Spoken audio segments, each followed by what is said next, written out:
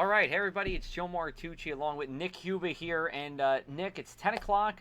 We have more results than we did before, but we're still lagging in some spots, and we do have some big changes compared to where we were at 8:30.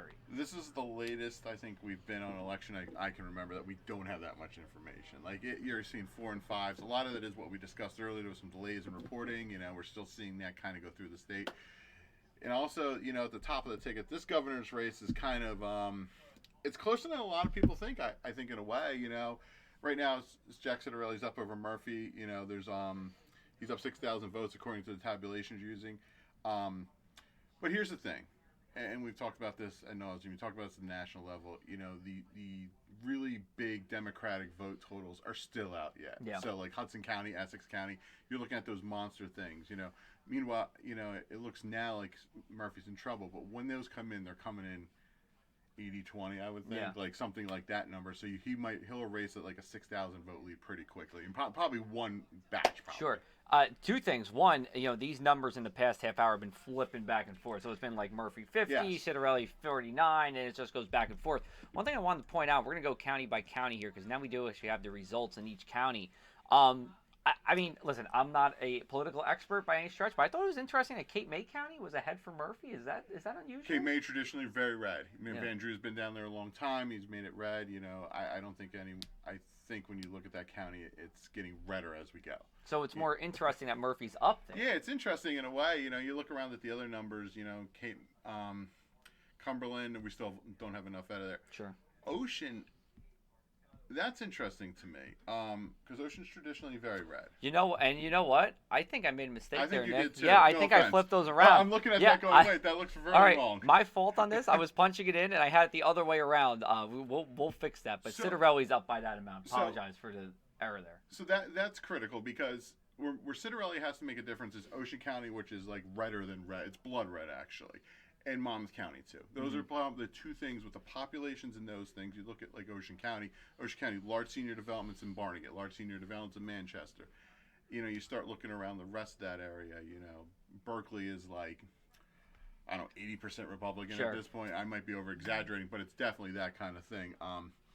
It was so red that Ivanka Trump came there when Donald Trump was president to tout one of the economic plans. So that's how red an area Ocean County is. Yeah. So...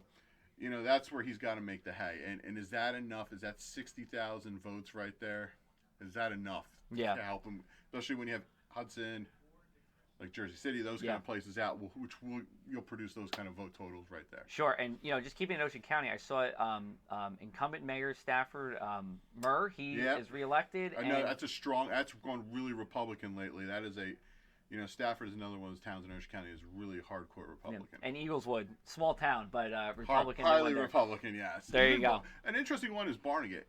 Barnegat for years used to be like, I covered Barnegat for a long time actually, and it would swip. The Democrats would make inroads. At one point it was a Democratic led group, but now with these amount of senior housing developments and stuff like that in there, you don't see that Republican numbers. I mean the Democratic numbers out of there. Sure.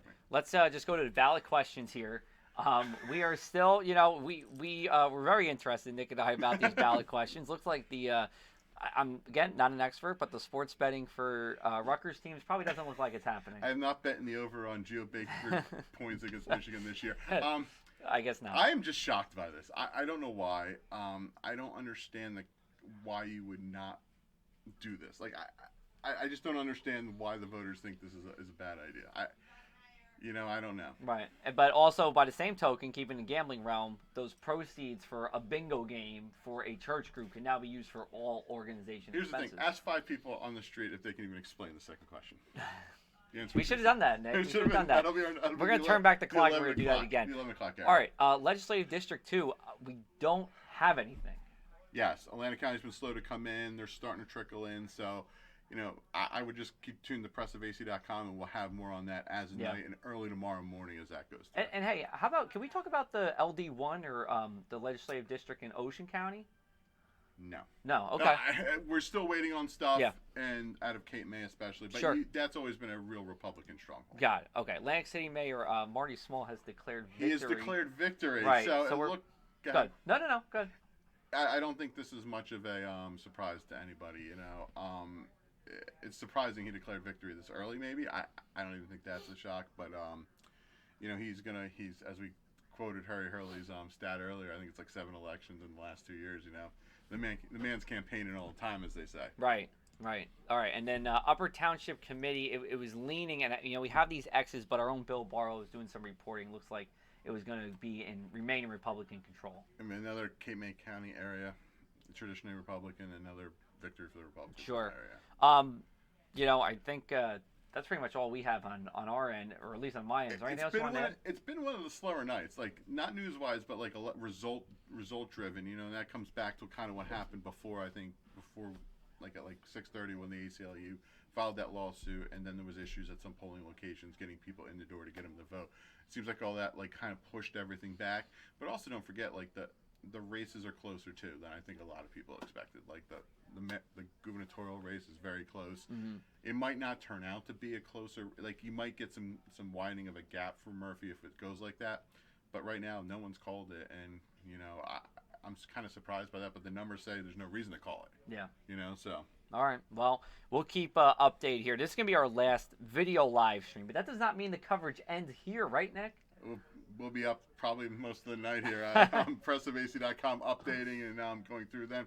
I will go home at some point, and then I will come back and update the rest and see what we have in the morning. So keep tuned in to PressOfAC.com for the rest of the night and early tomorrow morning. There we go. And we'll talk to everybody soon again, like he said, PressOfAC.com for the latest election results.